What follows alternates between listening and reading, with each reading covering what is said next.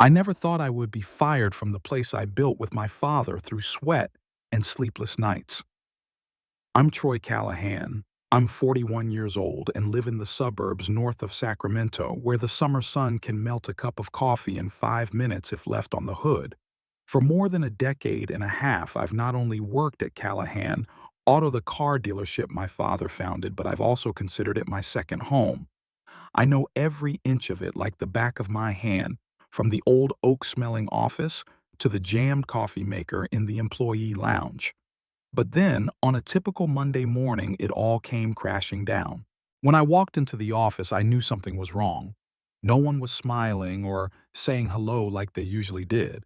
My brother Shane's door was ajar, but I could still hear the click of a keyboard. When I pushed the door open, Shane looked up for a moment and then said, as if giving an order, "You don't need to continue, Troy." I stood there dumbfounded. For a moment, I still hoped he was joking. But when Pete, the security guard, walked in with a worried look and a cardboard box in his hand, I knew it was true. Shane was 4 years younger than me. As a child, he had always been mischievous but smart.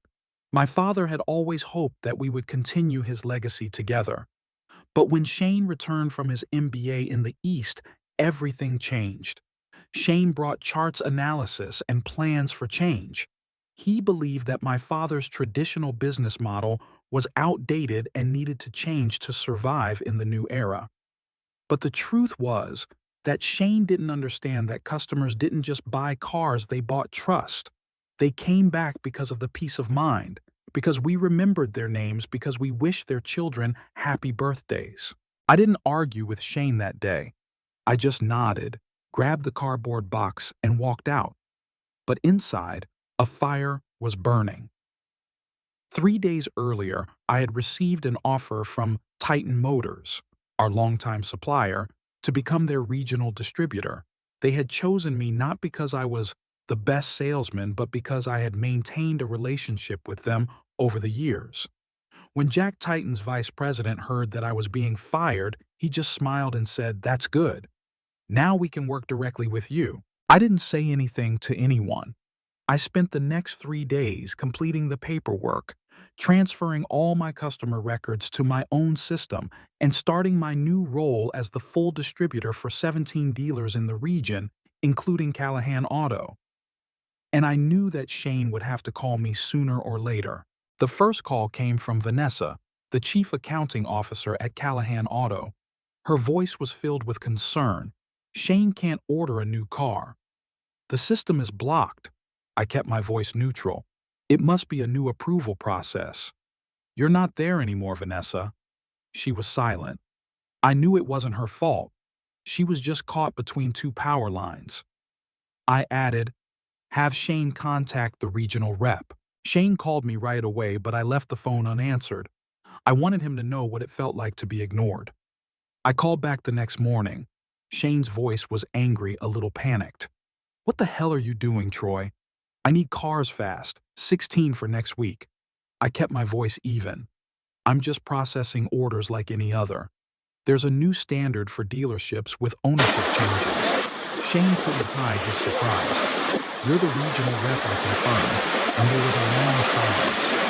Then I heard his ragged breathing. "Are you trying to fuck me?" "No, I'm working. Just like I've been doing for the past 16 years. That afternoon, Shane tried to contact my dad, who was fishing in Montana. I figured he'd try to change things up. But that night my phone rang. It was my dad. "Troy, what the hell is going on at Callahan Auto?" His voice was calm, but there was a mixture of frustration and confusion. I told him everything. I left out nothing. The termination papers, the fact that Shane wanted to switch to a cheaper car company to cut costs, the fact that he called me an obsolete burden. The next morning, my dad and I met at Hector's Grill. I brought all the files, customer satisfaction ratings, repurchase statistics, thank you notes from longtime customers. My dad sat there for hours poring over each page. When I presented my proposal to make Callahan Auto a Titan Motors flagship dealership with exclusive rights to the new line, he said nothing. He just looked at me for a long time. "Are you sure you want to work with me again?" I never stopped. I was just pushed out. 2 days later, we had a meeting with Shane. Martha, the family's longtime attorney, laid 3 documents in front of him. 1, stay as owner but keep Titan as our supplier. 2, sell the shares back to my dad and me. 3, move out of the premises since my dad still owned the land. Shane sneered. You're forcing me, I replied. No, this is business. Like, like you said to me the day you got fired. Shane finally signed. Not another word. 6 months later, the new sign was up Callahan and Son. The showroom was full. The old staff was back. My dad was smiling more. I knew I had done the right thing. Not out of revenge, but out of keeping what was right. And if you're listening, I just want to say, sometimes you don't have to shout to win. Just hold on to your values. Because in the end, persistence and faith will speak. I remember vividly how my father felt as he read through the stack of documents I had printed out that day at Hector's Grill. He was not an emotional man, but I saw his eyes turn red that day. My father, Robert Callahan, had been the type of man everyone respected, not because he was rich, but because he kept his word more than his money. For more than 30 years, he had sold cars without tricks or promotions. He relied on the reputation that each customer had passed on to him. Buy a car from Mr. Callahan, buy peace of mind. And now his youngest son wanted to erase that, replacing it with a restructuring plan that was all about numbers and short-term profits. My father sat looking at the loyalty report pointing to a name, Walter G. Jenkins. He bought his first pickup from me in 1994. Last year, I gave my SUV to his grandson. I nodded. They still come in for regular maintenance every 6 months. Dad sighed, setting the papers down on the table. Shane doesn't understand this. He sees customers as cash, not people. I told him about the meeting I was planning with Shane. If you don't stop me, I'll let the Titan system handle it, and that could put Callahan Auto on the list of disqualified dealers. Dad looked up. Are you going to force your brother into bankruptcy, Num? I want you to give him a choice. Either get back on track or find another place to build his business model. The meeting that day was colder and more serious than any I'd ever attended. Shane walked in wearing a suit, his eyes hard as if he had been told by his legal advisor. But when Martha, the family's longtime lawyer, spread 3 files on the table, his eyes began to waver. I didn't say much. I just looked him straight in the eye. My father was the one who spoke up. You hid the Titan deal from me, not to mention firing your brother while I was fishing. Shane was silent. After Shane left the meeting room without signing, without refusing, my father looked at me. He'll be back. But not for honor, for reality. And it was true. 3 days later, Vanessa called me again, this time from her personal number. Shane's been calling like crazy. The Nova deal fell through because the client objected. They wanted the Titan. I smiled sadly. I guess they saw some Titan in the Jenkins garage. I decided to send Shane a full report, but not by email this time, but printed and bound. I knew Shane was the type of person who valued data over words. I included a single page of my own handwriting with just one sentence. You can build a business on profits, but you'll never build a legacy if you ignore people. A week later, Shane returned to the meeting. No lawyers, no advisors. He quietly signed off on the second option, selling the shares. I looked at my father. He didn't laugh, nor did he blame me. He just muttered, "The boy needs to learn this lesson from his own flesh and blood." I didn't gloat. On the contrary, I felt relieved. I could finally start over without the guilt that I had taken something away from my brother, because the truth was, I didn't take it. He lost it. Cam Jack đầu tiên khi tôi bước chân trở lại văn phòng cũ, Joe đã là văn phòng mới của tôi, không phải là chiến thắng. Đó là một dạng nhẹ nhõm giống như khi bạn cuối cùng cũng rú được một cơn gió ngược dại dàng đã đeo bám bạn suốt cả năm trời. Tôi bất ngờ ngăn kéo lôi ra tập hồ sơ cũ với chữ ký đầu tiên của tôi cách đây gần 2 thập kỷ và thầm nghĩ phải mất từng ấy năm, từng ấy nước mắt, từng ấy sự tổn thương để rồi lại quay về đúng vị trí, lẽ ra thuộc về mình từ đầu. Nhưng không ai dồn sẵn sàng diễn cho bạn đâu. Bạn phải tự tạo ra sân khấu và giành lấy ánh đèn. It took me almost 3 weeks to reorganize the team. Some came back, some didn't. Some of the people who had been loyal to Shane were embarrassed, but I said, I don't want loyalty, I want honesty. And that changed the way they looked at me. I started holding small weekly meetings not to criticize, but to listen. Something Shane never did. I knew my employees better than they knew themselves. Emily was still trying to pay off her son's college loans. Lou was 62 and wouldn't quit because he didn't know what to do without standing by the hydraulic lift. They were people, not paychecks. One afternoon, while I was checking the inventory system, my dad walked in with 2 coffees from the corner store. Do you know, he said, that sales this month are almost at their peak last year? I smiled but didn't answer. He sat down, looking out the window at his grandson, who was cycling around the empty parking lot. I think he said slowly, what Shane lacks is an understanding that this business is not just about transactions, but about relationships that go beyond time. You know that because you live it. I told him something he didn't know. A few years ago, a customer named Howard Jenkins came into the dealership. He didn't buy a car, he just wanted a trunk lock fixed. I helped him personally free of charge. 3 months later, he came back, brought his son-in-law, and bought 2 SUVs. When I asked why, he just said, "You helped me when I was nothing." Now I only trust Callahan Auto. And today I saw his grandson on the service list. That's 3 generations. 3 generations of people coming back, not for the cars, but for kindness. We don't run big promotions. Instead, I wrote letters to longtime customers, inviting them to come in for free routine checkups, not to sell anything, but to tell them we still remember you. Out of 10 letters, 7 people came back. And of those, at least 3 asked about new cars.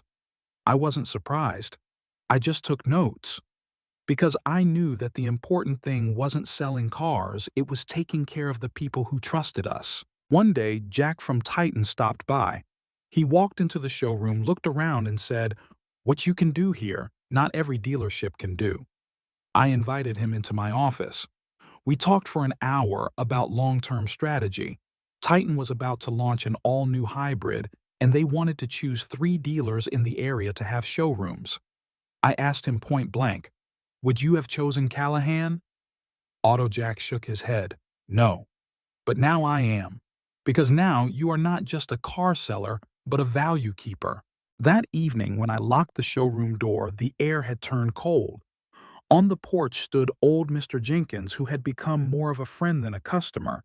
He said, "Troy, my nephew tested the new hybrid today. He loved it. But the important thing is that," he said, "Uncle Troy looked him straight in the eye when he talked to him. My nephew said, 'Grandpa, Mr. Troy is not like those car sellers on the internet.'" I laughed. "Your nephew is very observant." My father stood behind the glass door, watching me talk to Mr. Jenkins. When I turned back, he just nodded. No words were needed. We understood each other, like 2 soldiers who had stood on opposite sides of the battlefield, now returning to protect the only thing left: family honor.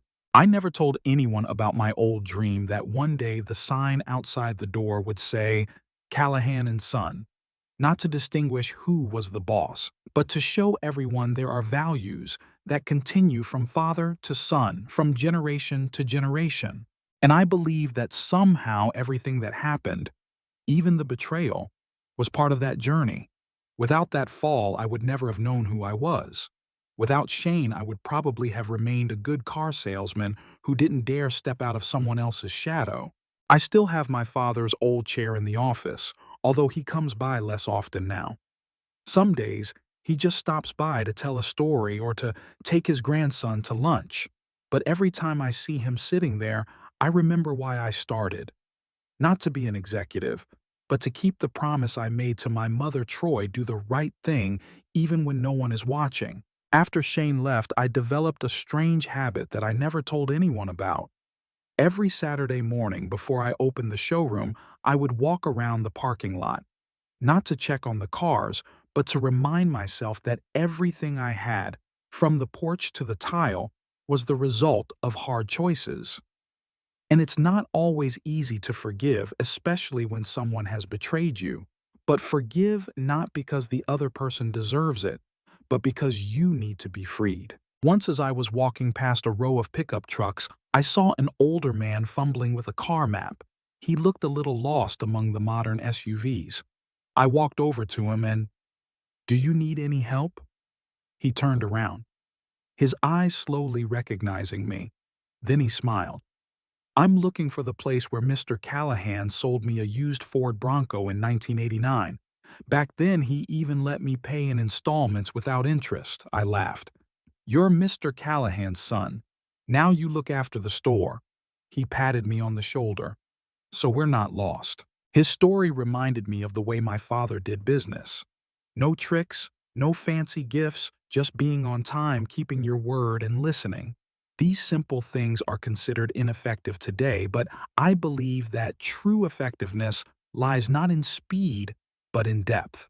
At an internal meeting a few weeks later, I told the team the story of the 1989 customer.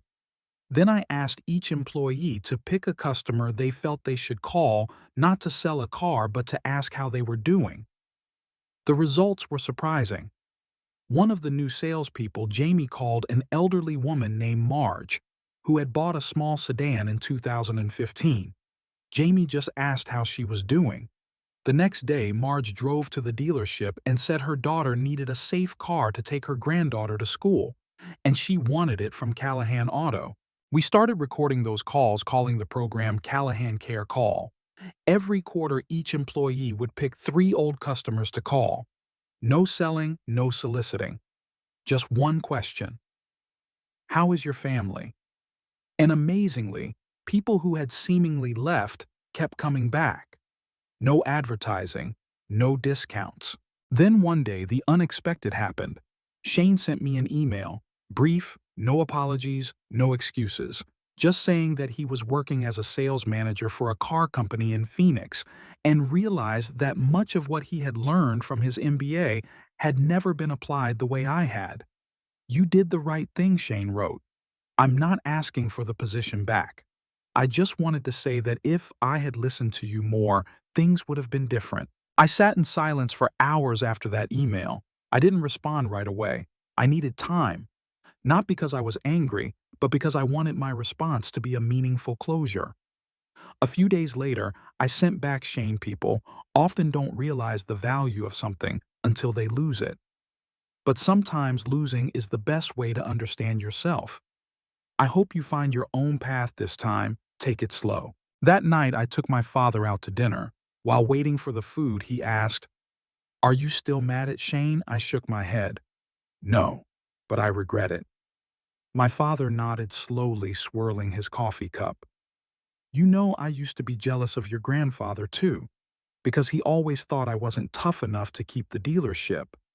But then I realized that the most valuable thing he left behind wasn't the land, the books, or the customers. It was the spirit of, no matter what anyone does, you have to be kind. And now you've done what your grandfather and I couldn't do. You turned kindness into a strength." That winter, Callahan Auto was recognized by Titan Motors as the best dealership in the West, not for sales, but for a 98% customer retention and service satisfaction rate. In their thank you note, they wrote, "Callahan Auto doesn't just sell cars. They keep trust, something that this industry rarely guarantees." I printed out the letter and framed it in the lobby. Below it was a black and white photo of my father standing in front of the first car he sold in 1984, wearing a striped shirt, his hair still jet black. Below it, I wrote the words, "Start with faith. Maintain with character." And if there's one thing I want the audience to remember after this long story, it's this: you don't have to be ruthless to survive in business.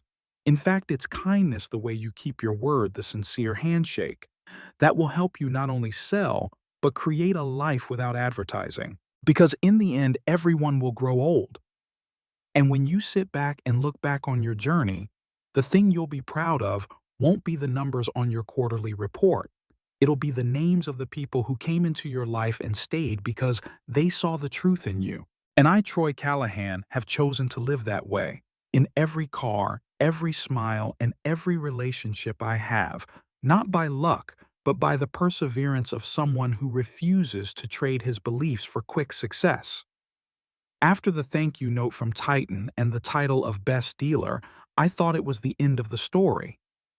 But no, in business and in life, there are always chapters left unwritten. One of them was named Nancy Ellsworth. Nancy was a former customer of the dealership, the widow of a veteran who had bought cars from my father 3 times in a row. She didn't drive much anymore, but she still brought her old sedan in for a quarterly oil check.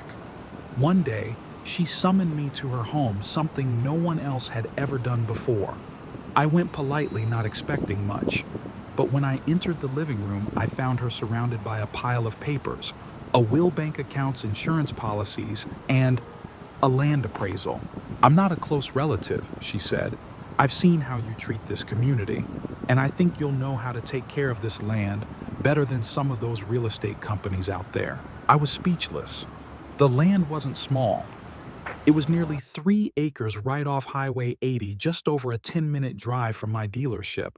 I couldn't accept such a gift, but Nancy wasn't one to be turned down. Finally, after much persuasion, I agreed. Not to own it, but to set up a fund in her husband's name, the Ellsworth Veterans Assistance Fund for veterans who needed a car but couldn't afford it. I brought it up at a board meeting. Everyone thought I was crazy. "Troy, are you giving away cars? As a charity?" "No," I said. "We'll give them low interest rates, free maintenance, and most importantly, we'll show them they're still valued." That's when I realized a dealership could be a community hub if you had the courage to look beyond the weekly report. We launched a Miles for Veterans campaign. No big promotion. It was just a small flyer placed at the cash register. But the results came like a spring storm in Colorado. Within 6 months, more than 40 veterans had been helped to buy cars, including one who had been a logistics driver in Okinawa in 1970. "I used to drive wounded soldiers through minefields," he said. "I didn't think I would ever need anyone's help again. But you guys made me see my worth again." One afternoon in June, I stood looking at the line of cars designated for the Miles for Veterans campaign, all with small American flag decals on the side, a simple detail that everyone noticed. My father walked up holding a handwritten letter from a veteran named Daniel. "After the war, I came back empty-handed," he wrote. "I was alone for 20 years. But thanks to Callahan Auto, I have a reason to go out every morning." My dad looked at me and said, "See, son, people don't want cheap prices. They want to feel heard." I started thinking bigger. A car dealership is more than just selling cars. It can be a place for real change. I contacted the local school, Riverdale High, and proposed an auto technician training program for seniors. I called it the Callahan Youth Garage. Every month, 3 students would be chosen to intern for free in our shop. Technicians would teach them everything from the basics to the advanced level. The students didn't have to be good. They just had to have passion and come from a poor family. At first, some people objected. "What if they break the car? We'll fix it." But if no one teaches them, they'll never learn how to fix it. That first year, a boy named Marcus changed my mind completely. Marcus lived with his grandmother. His parents were drug addicts and had long been out of touch. He had no friends, no direction. But after 6 months at Callahan Youth Garage, Marcus learned not only how to change oil, but also how to plan for his life. He applied to a technical school in Fresno and was accepted on a full scholarship. The day he came to say hello, he hugged me for a long time. "Uncle Troy, thank you for showing me that I'm not worthless." I cried that day. Not because I was moved, but because I knew that perhaps this was my true purpose in life, helping others see their own worth. That fall, as the leaves began to turn yellow on the streets around Sacramento, I got a call from someone I never expected to contact again. Jenny, my ex-girlfriend from college. We had been deeply in love while studying at Fresno State, but she had moved to Denver for work and I had stayed to help my father. We had gone our separate ways, no one to blame, just a time out of sync. Jenny called, her voice full of confusion, not to reconnect, but because her son Connor had just graduated with a business degree but couldn't find a job that felt really right. He loved cars, but he didn't want to be just a salesman. I remember you saying that people are the heart of this business, not the product, Jenny said. I want Connor to learn that. I agreed to meet with Connor. He was my younger self, smart, passionate, but confused. I made him a sales assistant, but the first requirement wasn't to learn how to close deals, it was to remember customers' names. If you can't remember their names, I told him, you don't deserve to sell anything to them. Connor fumbled at first, but after a few weeks, he began to make real connections. One day, he handed me a box of cookies from a customer. Uncle Troy, she said she's never seen anyone as young and polite as you. I smiled. You're on the right track. Having Connor there reminded me of my own early days when I'd clean my car in the rain to impress my dad. And it was Connor who first came up with a new idea that helped us increase sales while staying true to our roots, a home test drive service. Instead of forcing customers to come to the dealership, we brought the car to them for a 2-day test drive free of charge, no strings attached. The seemingly simple idea created an unexpected hit, especially for seniors or those with limited mobility. They didn't just feel served, they felt respected. One grandmother named Gladys sent a handwritten thank you note, along with a photo of herself sitting in her new SUV with the words, "I never thought a car dealership could make me feel like I was being taken care of by my own grandchild." Not long after, a local TV station heard about the new service and came to interview me. I didn't get much screen time, but I agreed because I wanted to share the message. Doing good business is not a fairy tale, it's an everyday choice. The episode aired on a Wednesday night, and the next morning, emails and calls flooded the system. I received a handwritten note from a man in Oregon who said he had been a car dealership employee 40 years ago and had lost faith in the profession. But after watching the episode, he felt something come alive inside him. I may be retired, he wrote, but thanks to you, I remember why I love this business. We started getting inquiries from neighboring areas, Modesto, Stockton, even Reno, to open stores. But I was in no rush to expand. I called a board meeting and said I don't need 10 stores. I need one really good, really nice place. If it can replicate that, do it. If it can't, let it live here forever. I also started taking my father to visit nursing homes in the area, not to advertise, but to talk. He had the ability to make anyone feel heard. One time at Glenwood Pines, an old man named Sam, a former mechanic, had tears in his eyes as he spoke to my father. I thought I was left behind, but today I feel alive again. I started Meet Sam Day, a bi-monthly event where we invite seniors to the dealership not to buy a car, but to tell stories, share experiences, drink coffee, and have someone listen. One time, a woman named Clara, 92 years old, told the story of driving her first Dodge across the Sierra to find her husband in the snow in 1952.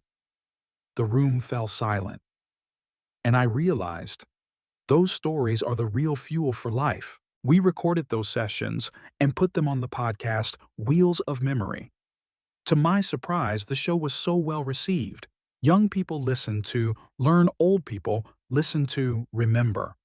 I never thought a car dealership could become a community memory center, but it is happening. And I know it all started the moment I was fired. What seemed like a disastrous ending turned out to be the beginning of a mission.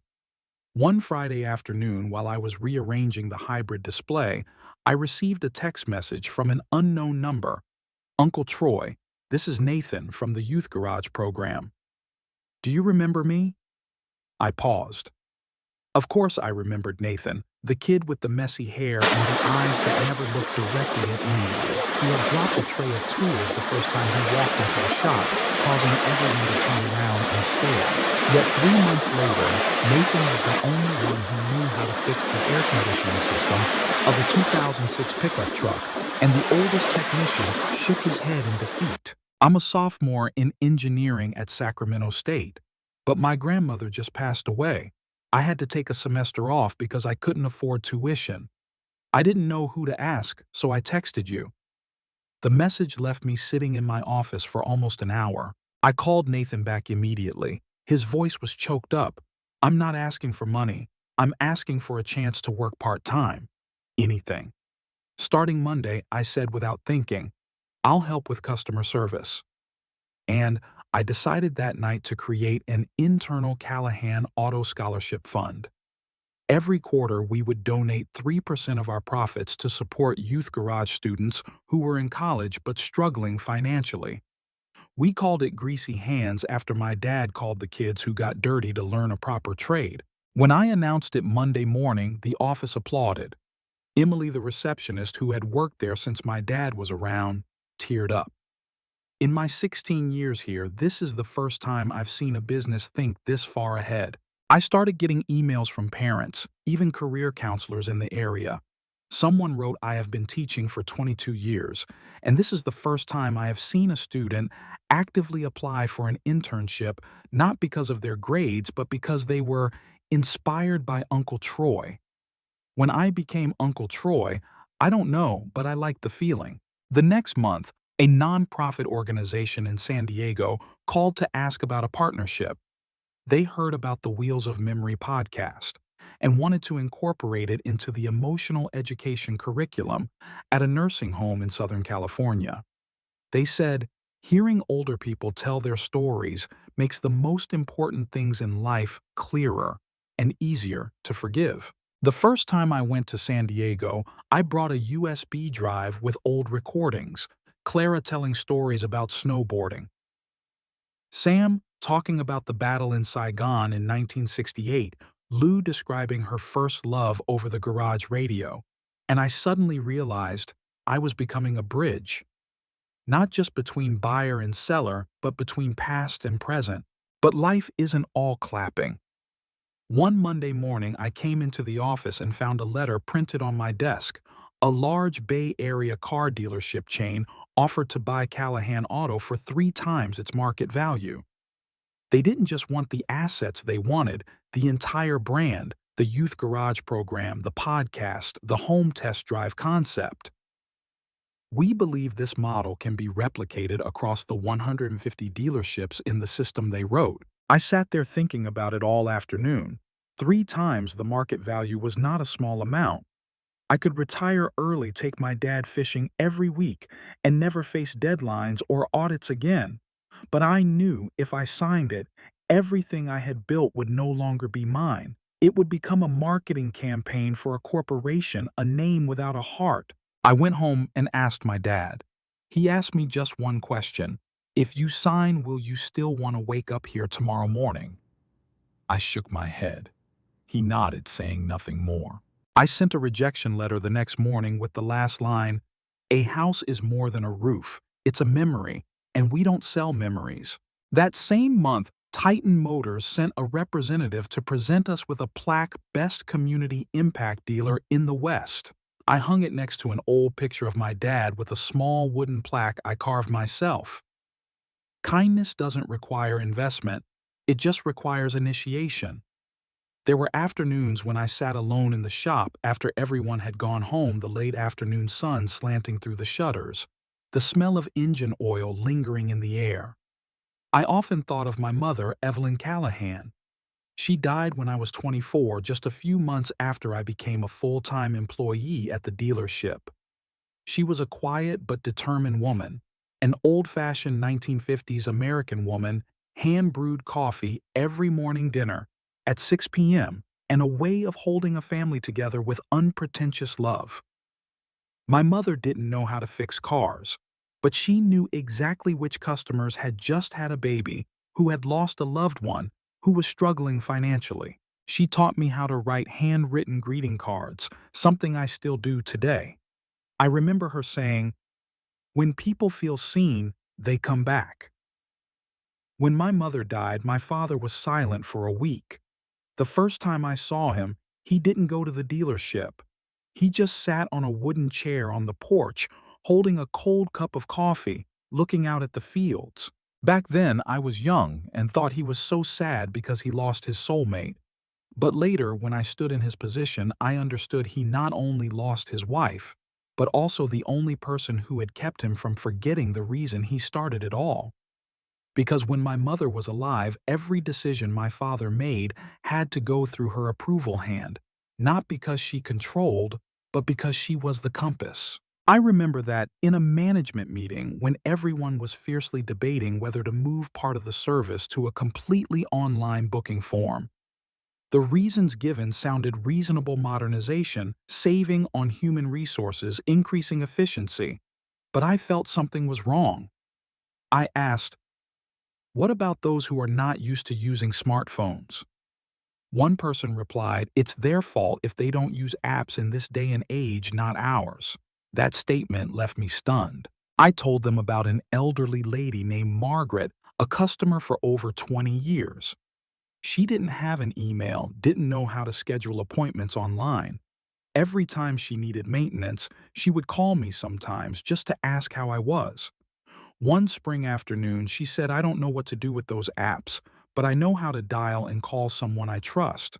Eventually, we decided to keep a separate phone line just for the elderly, or those who aren't tech savvy. I named it the Evelyn line, in memory of my mother. Every week we get more than 40 calls. No one complains. They're just happy to have someone answer. And I know, if my mother were still alive, she would smile with satisfaction. One spring afternoon, while I was in the parking lot behind the dealership, I saw my father and my grandson, Jack Jr., standing in front of an old blue pickup, a 1993 Ford F-150. Jack Jr. is my daughter's son, the first child to call me grandpa. He's only 7, but he loves cars, prefers to play with screwdrivers instead of electronic toys. I watched from a distance as my father taught his great-grandson how to open the hood, and I saw 3 generations of Callahan standing there bound by something unnameable. Not oil, not mechanics, but heritage. That evening, I took an old box from the storage closet. Inside was my mother's handwritten diary, dated from 1980 to 1996. The letters were small, slanted, and written in blue ink. I read a passage: Troy is 10 today, and he asked his father, why do people buy our cars and not someone else's? Robert replied, because of your mother. I laughed. But honestly, I think he was right. I sat there for hours after those words. For years, I thought I was following in my father's footsteps, but in reality, I was living my mother's ideals. In the months that followed, I began to hold family days at the dealership. No cars to sell, no promotions. Just days for families from the neighborhood to come grill, play games, and listen to stories. One day, I heard a little boy ask his father, Dad does this dealership have a park? The father laughed. No, son. But it has a lot of people like Mr. Callahan. I don't know exactly what he was thinking, but I do know one thing: when kids feel like a place is safe, adults will come back. Not to buy cars, but to feel like they can be themselves. Late one evening after closing time, I was checking the books when I got a call from Mercy Hospital in Sacramento. It was the nurse on duty, and she said, Mr. Callahan, we have a patient named Robert Callahan who fell while changing a tire. I was devastated. My father was stubborn and would not let anyone help him with manual labor. I drove to the hospital, my heart pounding so hard I couldn't remember how many red lights I had run.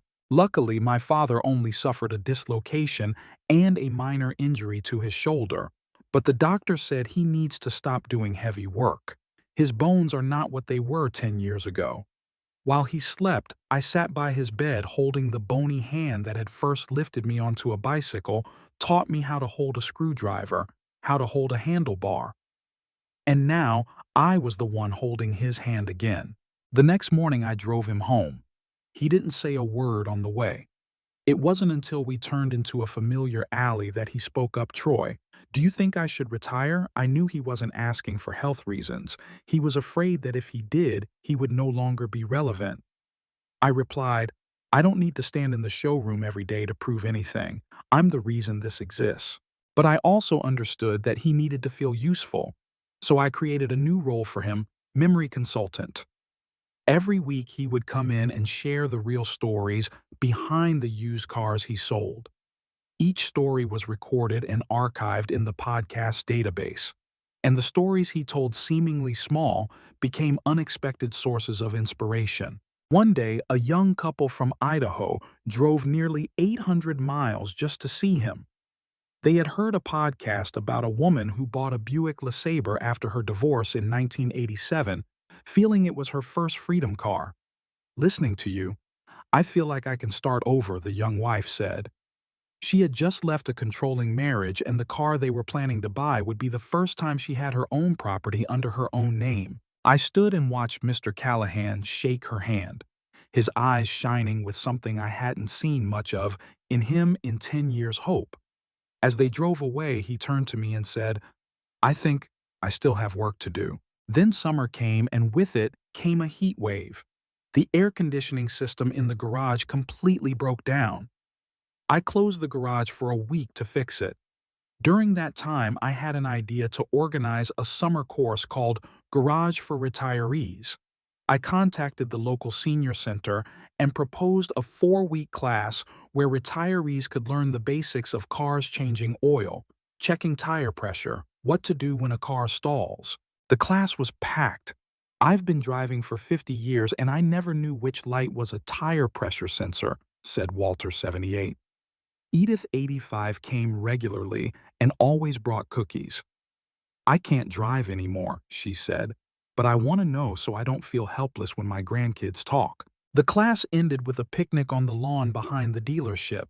We set up a tent, played old music, and showed a slideshow of photos from when my dad had a hippie haircut. As I finished, I said, we're not teaching anyone to be a mechanic. We're just helping people understand that knowledge is ageless. Then, one September morning, when I thought everything was settled, I received shocking news. A whistleblower claimed that Callahan Auto had refused to sell a customer a car because it didn't look trustworthy. The news came from a grainy video that showed only a man being denied a test drive. Titan's entire PR team called that morning. They asked me to handle the media crisis as quickly as possible. I didn't panic. I called an internal meeting and asked to see all the data cameras and transcripts.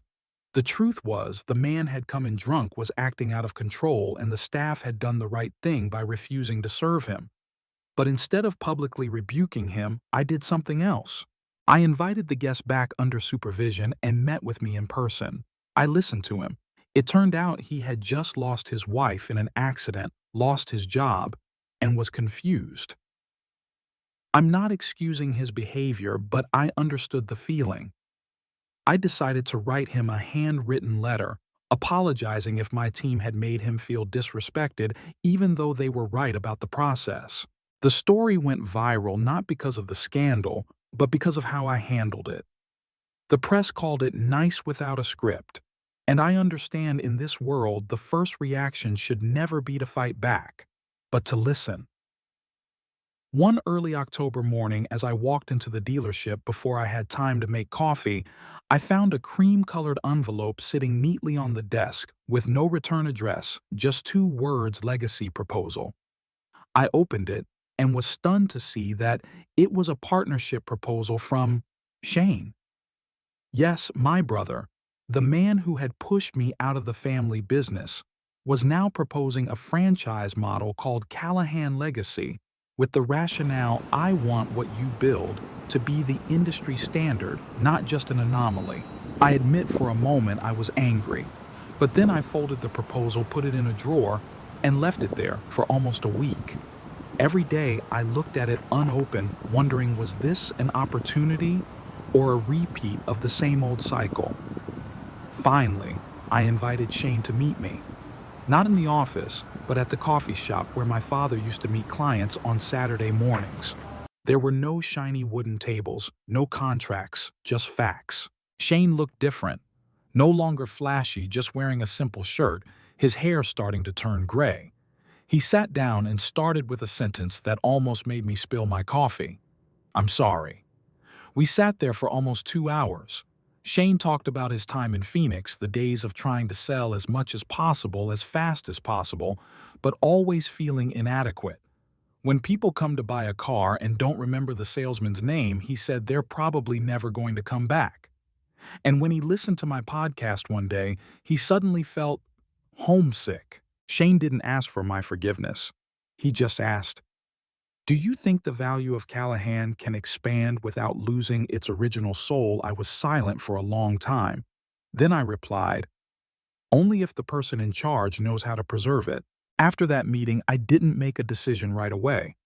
I called a meeting of the management team, not just the core staff, but also some of our loyal customers, some retirees who had attended the basic skills class, and my father. I presented the idea of Callahan Legacy, a franchise model with business ethics. Not everyone was enthusiastic. A veteran technician named Harold said bluntly, "I'm afraid we'll become a soulless chain." But someone else countered, "If we don't share this value with others, we're being selfish." We talked for 3 weeks.